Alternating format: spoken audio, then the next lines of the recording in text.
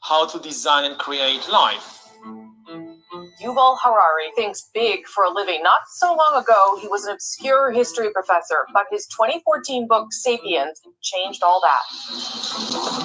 He explored the past, cramming 150,000 years of human history into 400 pages. Authority will shift. Transforming himself into a literary phenomenon. Ladies and gentlemen, please welcome once again Yuval Noah Harari. Name dropped by the likes of Mark Zuckerberg, Bill Gates, and Barack Obama. The other book that I really enjoyed, a book by an Israeli author, Yuval Harari. His follow-up book, Homo Deus Tackled the Future, elevating Harari to a sort of digital visionary. Now he's back with his take on the present day. His new book, 21 Lessons for the 21st Century, explores the influence of algorithms on our everyday lives, how artificial intelligence will affect and maybe even replace us. Don't have any answer in the Bible what to do when humans are no longer useful to the economy. You need completely new ideologies, completely new religions, and they are likely to emerge from Silicon Valley or from Bangalore and not from the Middle East. And they are likely to give people visions based on technology. Everything that the old religions promised, happiness and justice and even eternal life, but here on earth with the help of technology and not after death with the help of some supernatural being. What are humans for? As far as we know, for nothing. I mean, there is no great cosmic drama, some great cosmic plan that we have a role to play in it. And we just need to discover what our role is and then play it to the best of our ability. This has been the story of all religions and ideologies and so forth, but as a scientist, the best I can say, this is not true. There is no universal drama with a role in it for Homo sapiens. If you repeat a lie often enough, people will think it's the truth, and the bigger the lie, the better. Because people won't even think that, something so big can be a lie. And I think that fake news have been with us for thousands of years. Just think of the Bible. But there is one option that some people talk about is that only a catastrophe can shake humankind and open the path to a real system of global governance.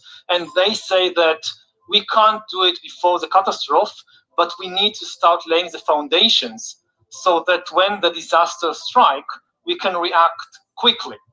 But people will just not have the motivation to do such a thing before the disaster strikes.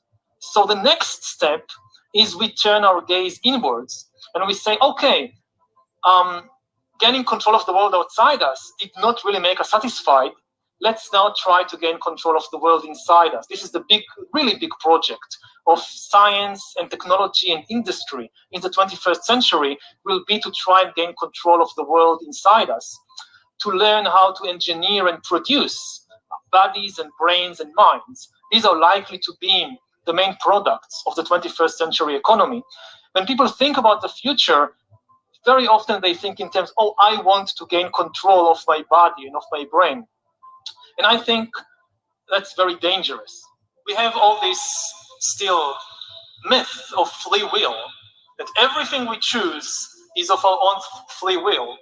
And this is a myth that served us well for a couple of centuries, but now it's becoming dangerous. We are probably one of the last generations of Homo sapiens, because in the coming generations, we will learn how to engineer bodies and brains and minds. Now, how exactly will the future masters of the planet look like? This will be decided by the people who own the data. Now, why is data so important?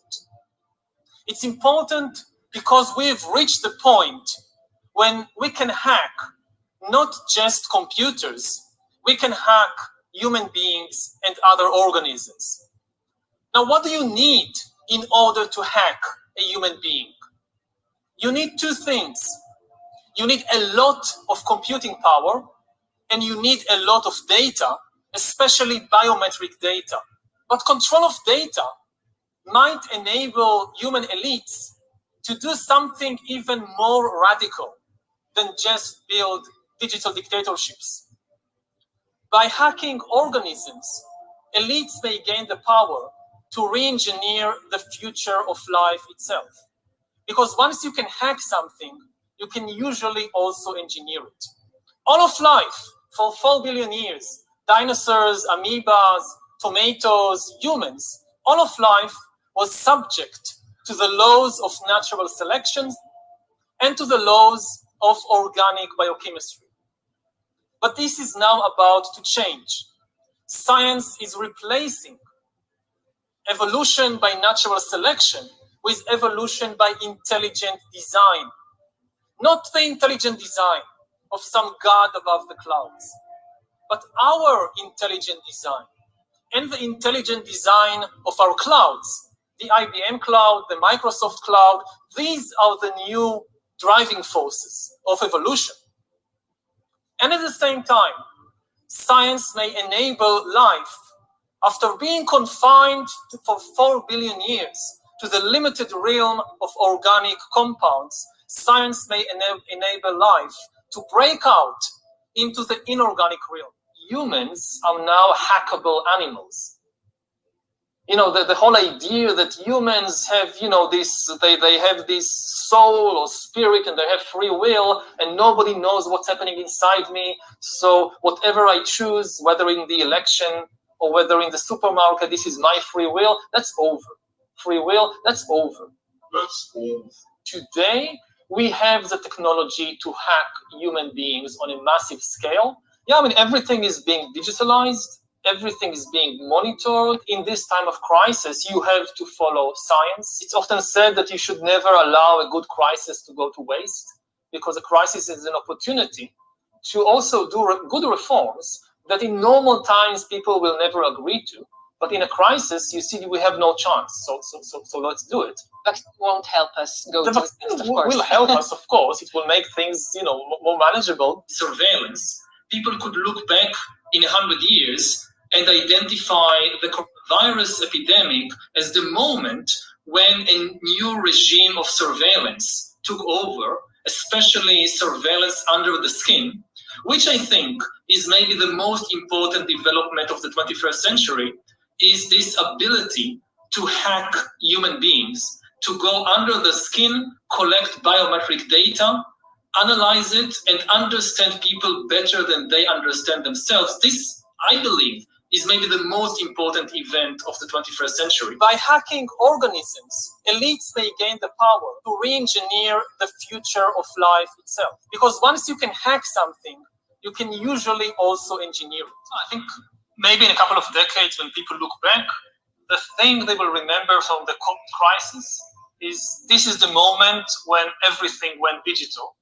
And if this was the moment when everything became monitored, that we agreed to be surveyed all the time, not just in authoritarian regimes, but even in democracies.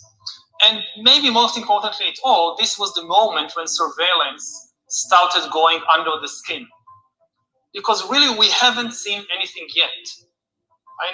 I think that the big process that's happening right now in the world is hacking human beings, the ability to hack humans, to understand deeply what's happening within you, what makes you go. For that, the most important data is not what you read and who you meet and what you buy, it's what's happening inside your body. So we had these two big revolutions, the computer science revolution or the infotech revolution, and the revolution in the biological sciences. And they are still separate, but they are about to merge. They are merging around, I would say, the biometric sensor. It's the thing, it's the gadget, it's the technology that converts biological data into digital data that can be analyzed by computers.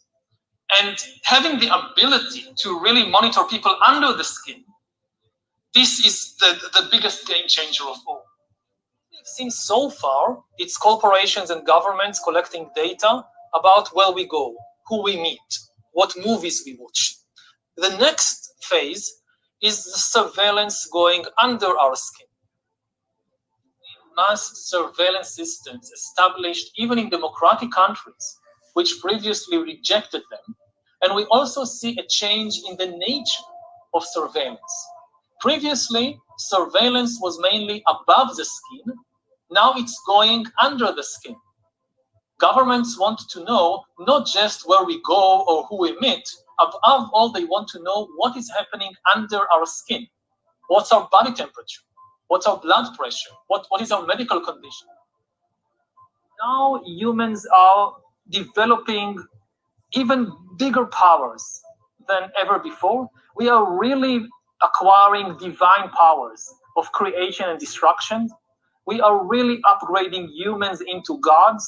We are acquiring, for instance, the power to re-engineer life. All this story about Jesus rising from the dead and being the Son of God, this is fake news. In recent years, we saw populist politicians undermining deliberately the trust that people have in important institutions like universities, like respectable media outlets. These populist politicians told people that, say, scientists are this small elite disconnected from the real people. You shouldn't believe them. And you had all these conspiracy theories that climate change is just a hoax, it's not real, and that the earth is actually flat, and that vaccinations are bad for you, and this spread. But I don't think it's too late.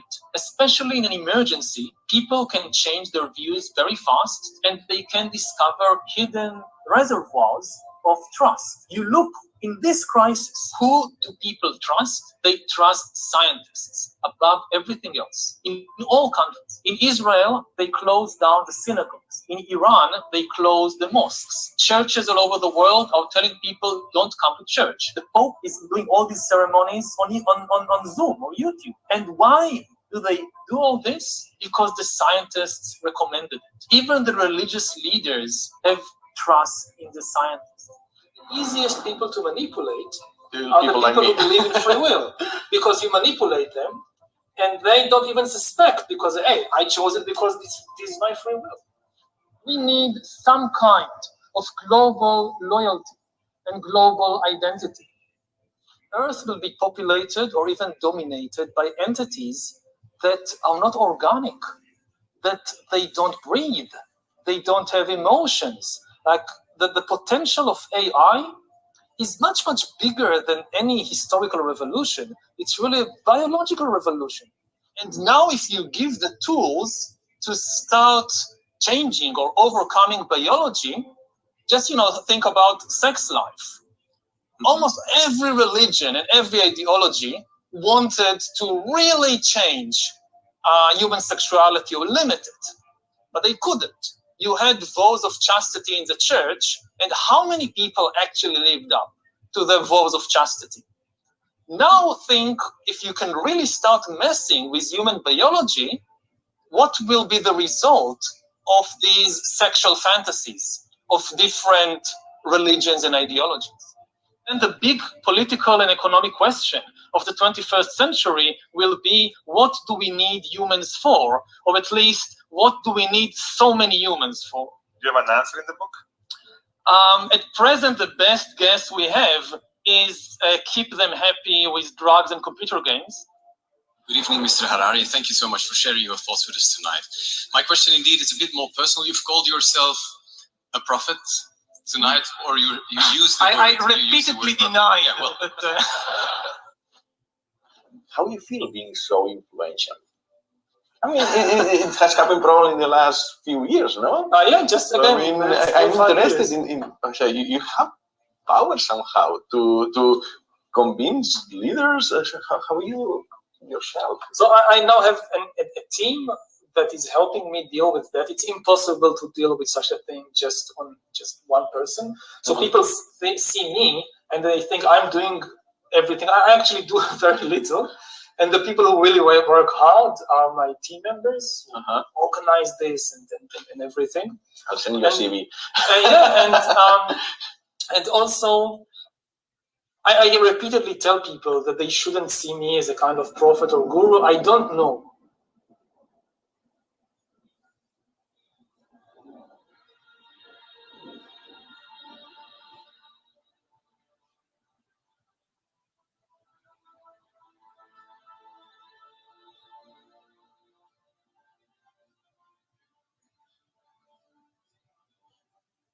world government, they see it as the beginning. For the evolutionists, they see this as the beginning of a new age. For those in this world who desire financial benefit, they see this as the beginning. But transhumanism, as we read here from Revelation 13, we are going to see that transhumanism is actually the mark for us, the church, to denote the end. As soon as we see it, we go, "Come, Lord Jesus." We look up, we say we're coming to the end. Let's labor for one last.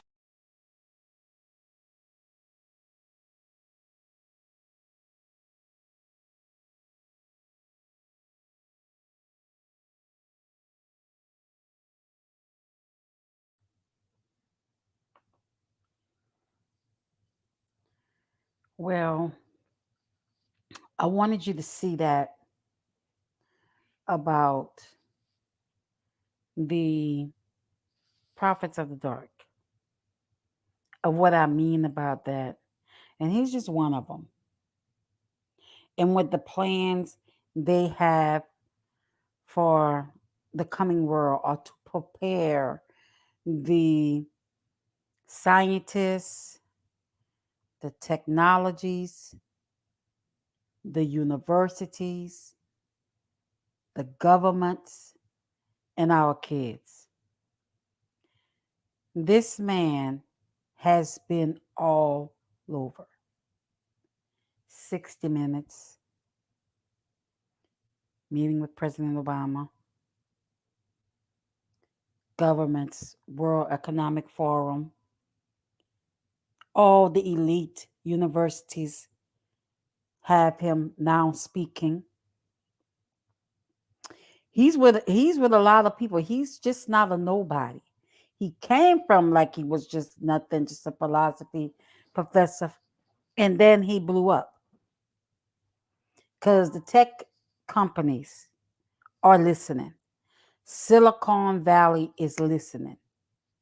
The government is listening, as you heard him tell what to do with this pandemic.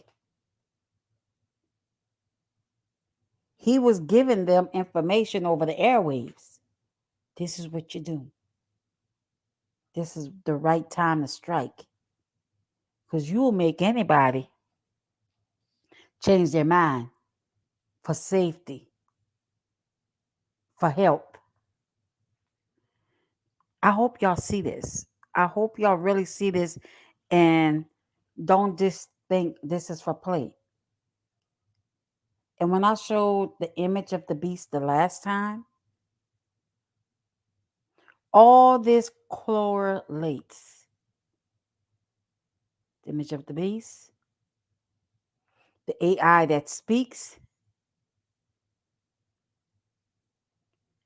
and this professor that's out there telling them to go ahead and prepare such a world. Now you notice how for religion, he quickly called it a fantasy, a lie.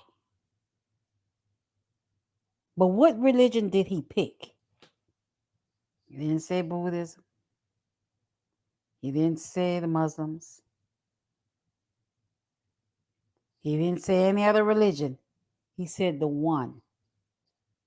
And it was Christianity. Jesus didn't die on no cross. That's a lie.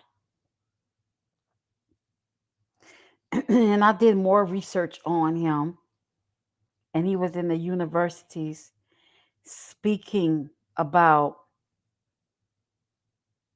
we need to get rid of all that. All this religion. And under AI, there will be a new religion. I wonder where they say that at. I wonder what book predicts that. That talks about the world will be under one religion. And when the image is going to speak, They're going to bow down and worship it. But you did hear the portion where he said that the human beings won't be as human anymore. We're going to evolve. And it's going to be other entities. Now, I wonder why you're going to use that word. Why not just say, oh, there's going to be lots of robots and lots of AI. But you didn't use that word. You used the word entities. That, to me, is a telltale sign. And what are the elites calling this man? A prophet. A prophet. Let me tell y'all something.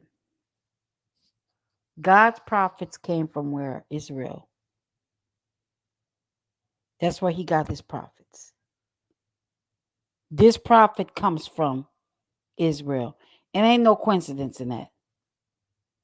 Jesus always spoke the truth. Always spoke the truth. The devil will always be a counterfeit. And he's always going to do just the way God do it. You got your prophet and I got mine. I got mine. And his prophet is saying, get rid of it. What about free will? That's the one thing that God let us have as human beings. Free will. And this man says, nope, there's no free will. Let's get rid of that.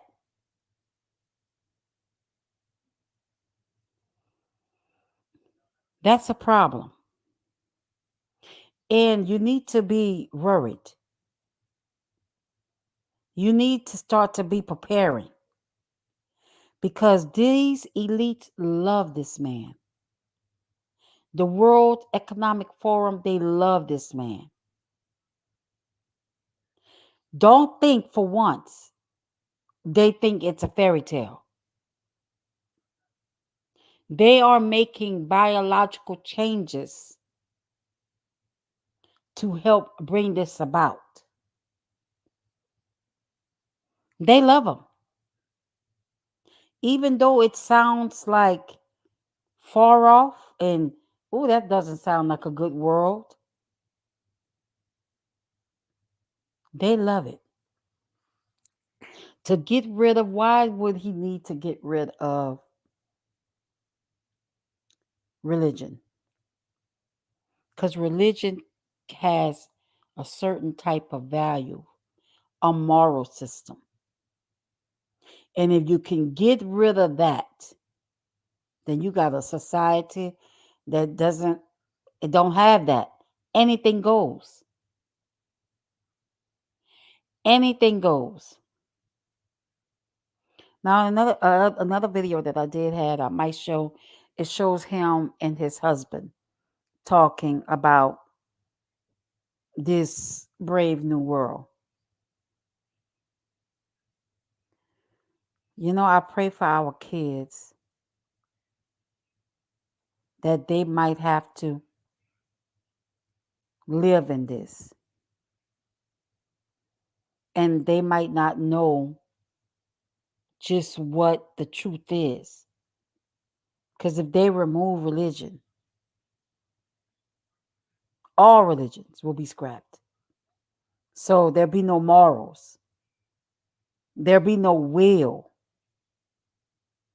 If they tell you to bow down to the statue of the beast, you're going to bow down or you're going to die.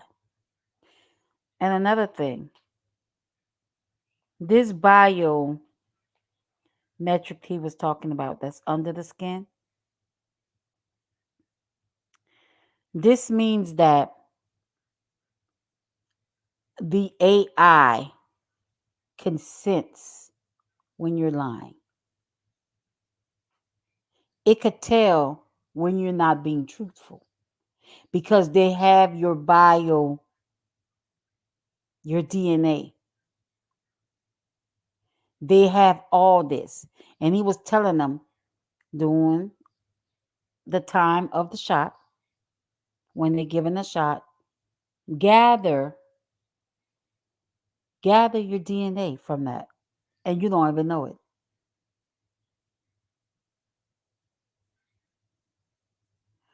So what I'm going to do, I'm going to share a video where he talks about, I hope I can find it, if the world was already like this, say we had it already, and you were to bow down to a certain statue, but that statue is an AI, and say that AI knew you really didn't love them, you could be killed right in there. Now he did it as if it was that was something. Oh, that was a warning to man. But the devil talks in twos, a little bit of truth and a little bit of lies. The truth is that ain't no warning at all. See, if you could plant a seed in the mind of man, that's all you need, to plant a seed. Someone who is someone who may think that it sounds good because they got a little bit of that control, that evilness in them, might think, I might want to create something like that. That's all you need. That's all you need is a seed to be planted. Because the Bible said man whose imaginations are evils.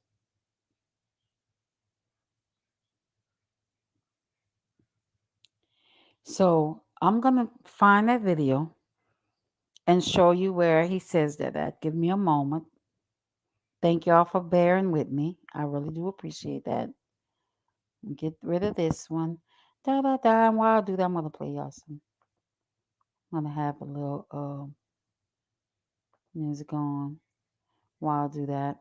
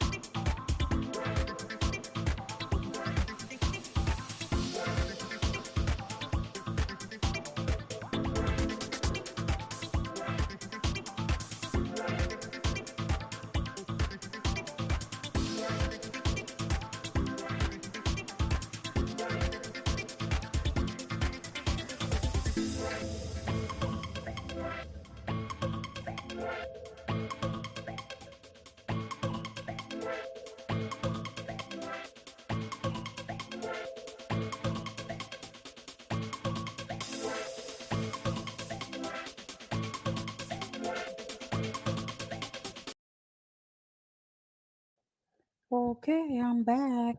So let's see. Thank y'all for not throwing. Okay.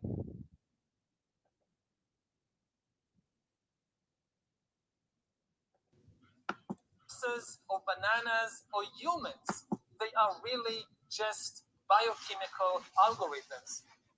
And we are learning how to decipher these algorithms. Now, when the two revolutions merge, when the infotech revolution merges with the biotech revolution, what you get is the ability to hack human beings. And maybe the most important invention for the merger of infotech and biotech is the biometric sensor that translates biochemical processes in the body and the brain into electronic signals that a computer can store and analyze. And once you have enough such biometric information and enough computing power, you can create algorithms that know me better than I know myself. And humans really don't know themselves very well. This is why algorithms have a real chance of getting to know ourselves better. We don't really know ourselves. The algorithm tracks your eye movements, your blood pressure, your brain activity, and tells you who you are. Once we have algorithms that can understand me better than I understand myself, they could predict my desires, manipulate my emotions, and even take decisions on my behalf. And if we are not careful, the outcome might be the rise of digital dictatorships.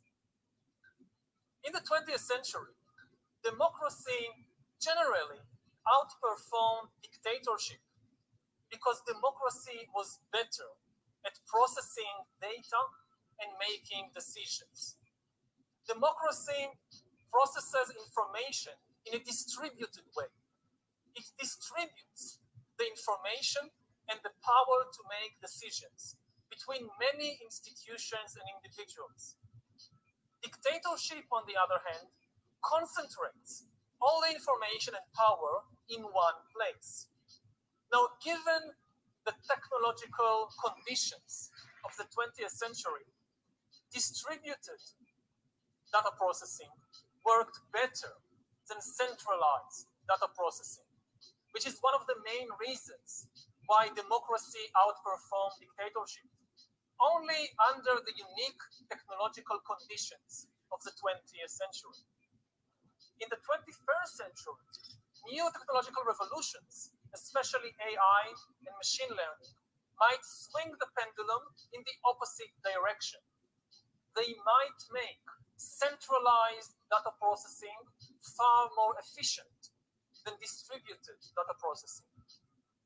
And if democracy cannot adapt to these new conditions, then humans will come to live under the rule of digital dictatorships. By hacking organisms, elites may gain the power to re-engineer the future of life itself. Because once you can hack something, you can usually also engineer it. Professor Harari looks to the future and explores how global power might shift as the principal force of evolution, natural selection, is replaced by intelligent design. After 4 billion years of organic life, the era of inorganic life is now beginning. In the coming decades, AI and biotechnology will give us godlike abilities to re-engineer life and even to create completely new life forms. After 4 billion years of organic life shaped by natural selection, we are about to enter a new era of inorganic life shaped by intelligent design. Our intelligent design is going to be the new driving force of the evolution of life. There are many ways in which the future of humanity might play out in the coming decades. We already see the impact of infotech and biotech in the present day, but as we wait for them to grow and expand, it's only natural to wonder what will happen in the next few decades. we can expect to see some really interesting developments as all these fields of science and technology will continue to rapidly advance. One thing is for sure, humanity has some pretty big decisions to make. Thanks for watching. Did you like this video?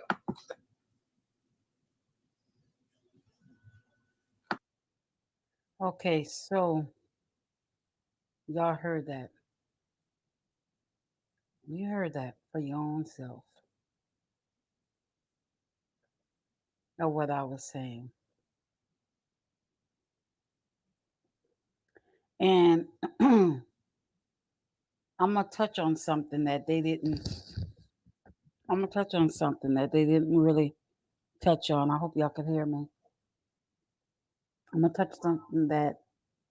Um, hey, Bumper, how you doing? So I'm gonna touch on something that they said, and what he said was, in the election, you think you have the will to vote for who you want, but you really don't. Now, we know we just came from that election. There was a big problem with that. But he said that before the election even happened. See, these videos, some of them are like 3 years ago. So that's a telltale sign. But he was telling the elites, he's constantly talking to the elites. Hey, this is what you do. People won't have no will. They can say what they want. But we'll pick, AI will pick who he want to pick. And then we keep going down this route with AI. He's also saying that we won't have a president like a human president. It'll be AI. Now, I wonder where they say that at. Well, I heard that at. I heard that in the Bible, in Revelations 13, that we would bow down to the image, and the image did speak. And the beast gave the image all the power. Now, I just said a while ago that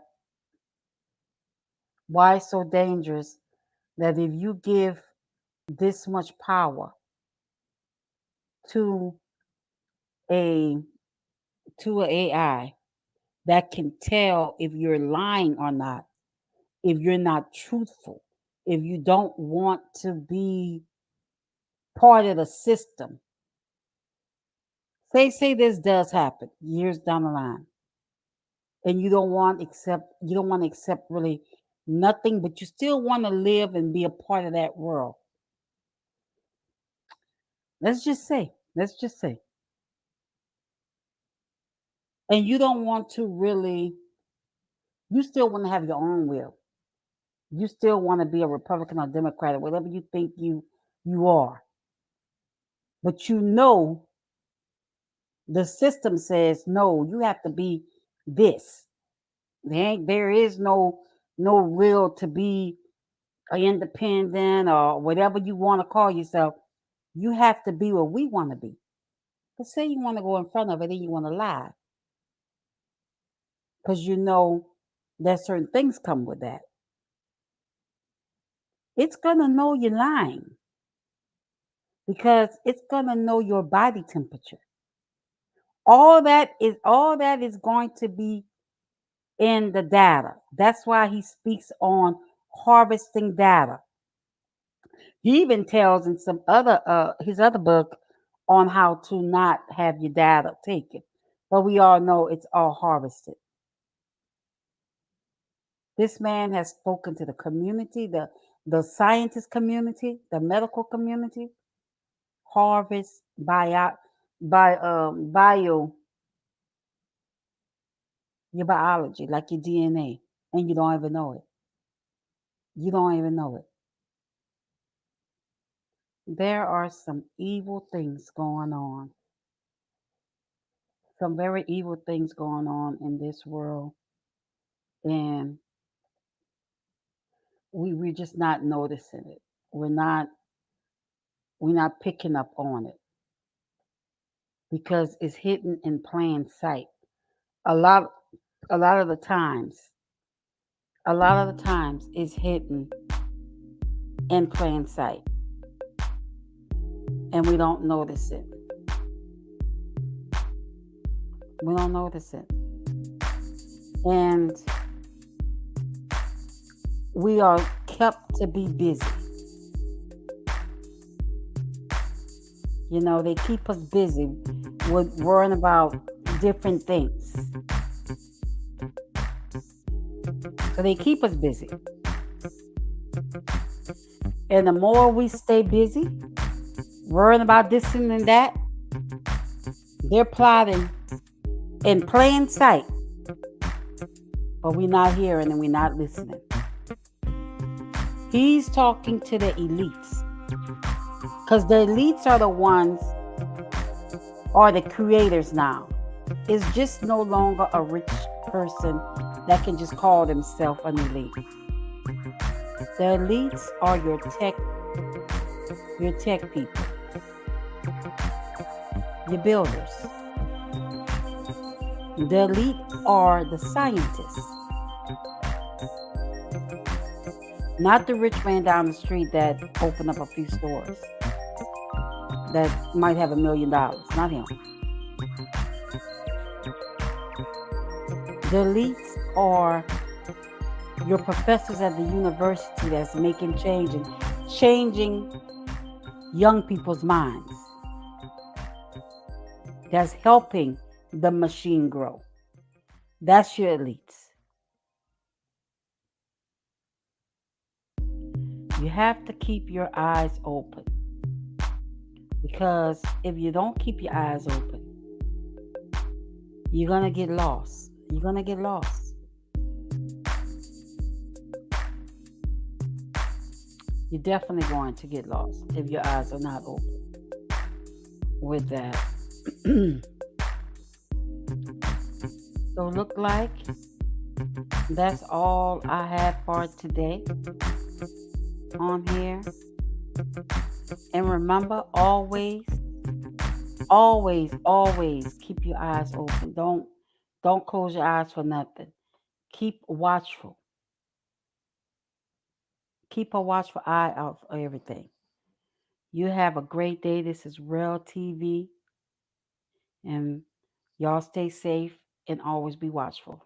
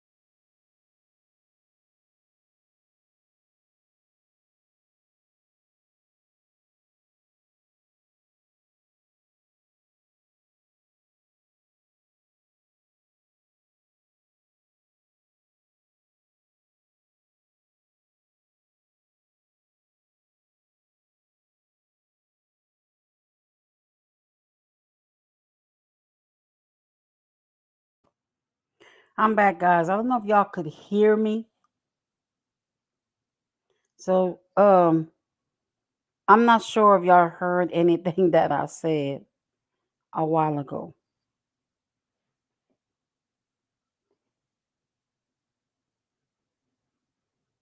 But if y'all didn't, I'm going to just repeat it, what I was saying.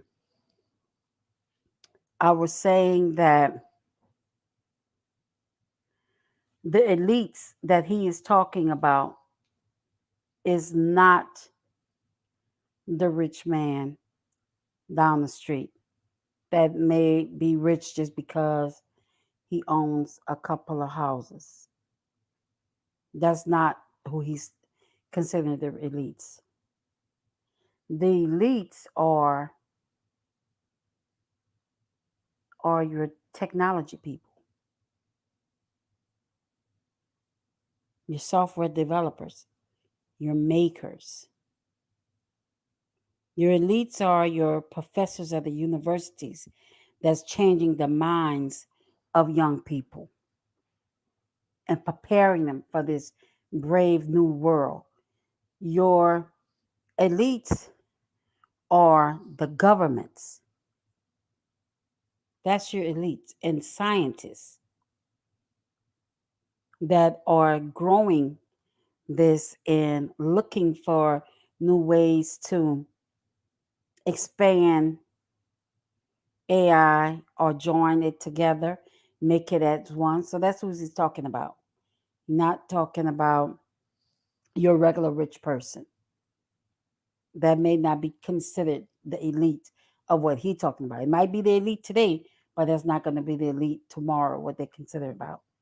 Also, I want to know if, and I'm going to repeat it again because I'm not sure if I was heard, that did anyone catch the point where he said that your votes is not even going to count? So even when you think you're going to vote for somebody, AI is going to rule that too. AI will be in everything. And you say, well, how is that? Because they're going to take a piece of your DNA, and that's how they're going to do it. The doctors are in on it. The medical places are in on it, because he has been speaking with everybody. When I say everybody, I mean everybody. And I looked it up and saw it with my own eyes. It's just too much to put on here. And they're all in one step. The CDC, all of it is all in one step. In one video I didn't show on here, but I wish I could have gotten it. It was just too long. He talked about, how do you get people to do whatever you want them to do? How do you do it? And you want to know what he said? Scientists. That people are gullible and they believe whatever the scientists say.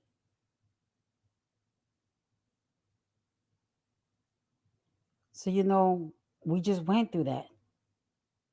The doctors, some doctors were trying to say no, no, no. And they put the CDC in front, say yes, yes, yes. And the doctors knew something was up, and they say the doctors are a bunch of crackpot. He actually said that. And this was 3 years ago, that any country will believe the scientists.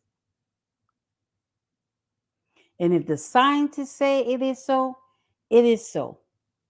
That's very dangerous, because we just saw that. We believe anything. We believe anything what they say. And at least sitting back laughing. So you would say, Rel, why would he tell that to the governments and the people of the world? Why would this governments listen to this? Because it's all about control. See, the governments want to know how they can control AI. That's why they're listening before AI replaces them. That don't mean they're not saying they're not going to use it, but how they can control it in their benefit. That's what they want to know. They don't want to know, how we could shut this down. No, no, no. That's not at all what they want to know. That's not at all what they want to know.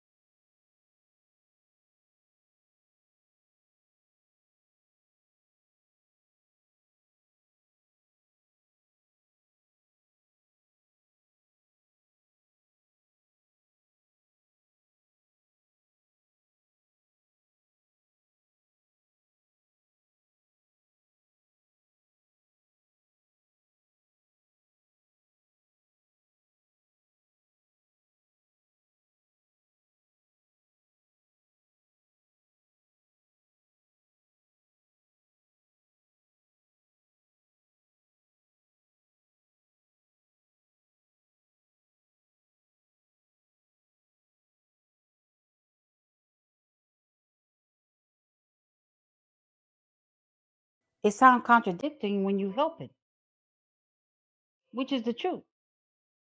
Remember, the devil talks in twos. Some truth, some lies, mix it all up. But it's only to plant the seed. That's the whole problem. Once he could just plant that seed, these scientists, these universities, these tech companies is gonna run with this. It's just gotta plant the seed. So this is where AI needs to go. While y'all making video games and trying to have selfless car, driveless cars, and all that. No, that's not the future. This is where y'all need to go. Oh, but I just come to warn y'all that if y'all go that way, certain things might happen. All you need is a seed. to be playing the mind. It's just like Adam and Eve. Don't bite that apple. Because that apple gonna be, you're gonna die. And what did that snake, the devil, do? Oh, you bite the apple, and I guess you will. But guess what? You'll be open. You'll be able to see everything. Your mind will be open. But if you don't want to do it,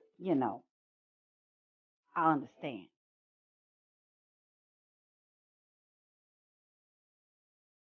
Same thing. So I'm gonna try this one more time and leave again. Because I didn't know if y'all heard me already. But I will say this. Keep your eyes open. Keep your eyes open. Because you could fall into that trap. Fall into that trap for anything that's coming up next. For whatever they got planned. Because,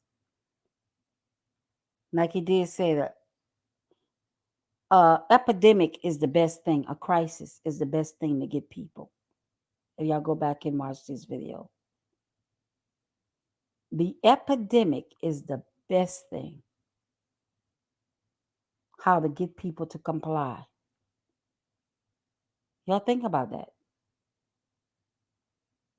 Now they coming up with something else. Because why? He said it. It's the best way to get people to comply. They didn't go to church. They didn't go anywhere because we told them not to. Better open up your eyes. Open up your eyes is all I can say, and be watchful. And don't fall for everything. So I'm going to say this. I'm out. I wish you all well. And these videos was brought to us by AU. AU Productions brought these videos. So if y'all want to go watch all of their videos, they have some great videos. And like I said, that 60-minute piece was really also eye-opening. And you guys have a great day.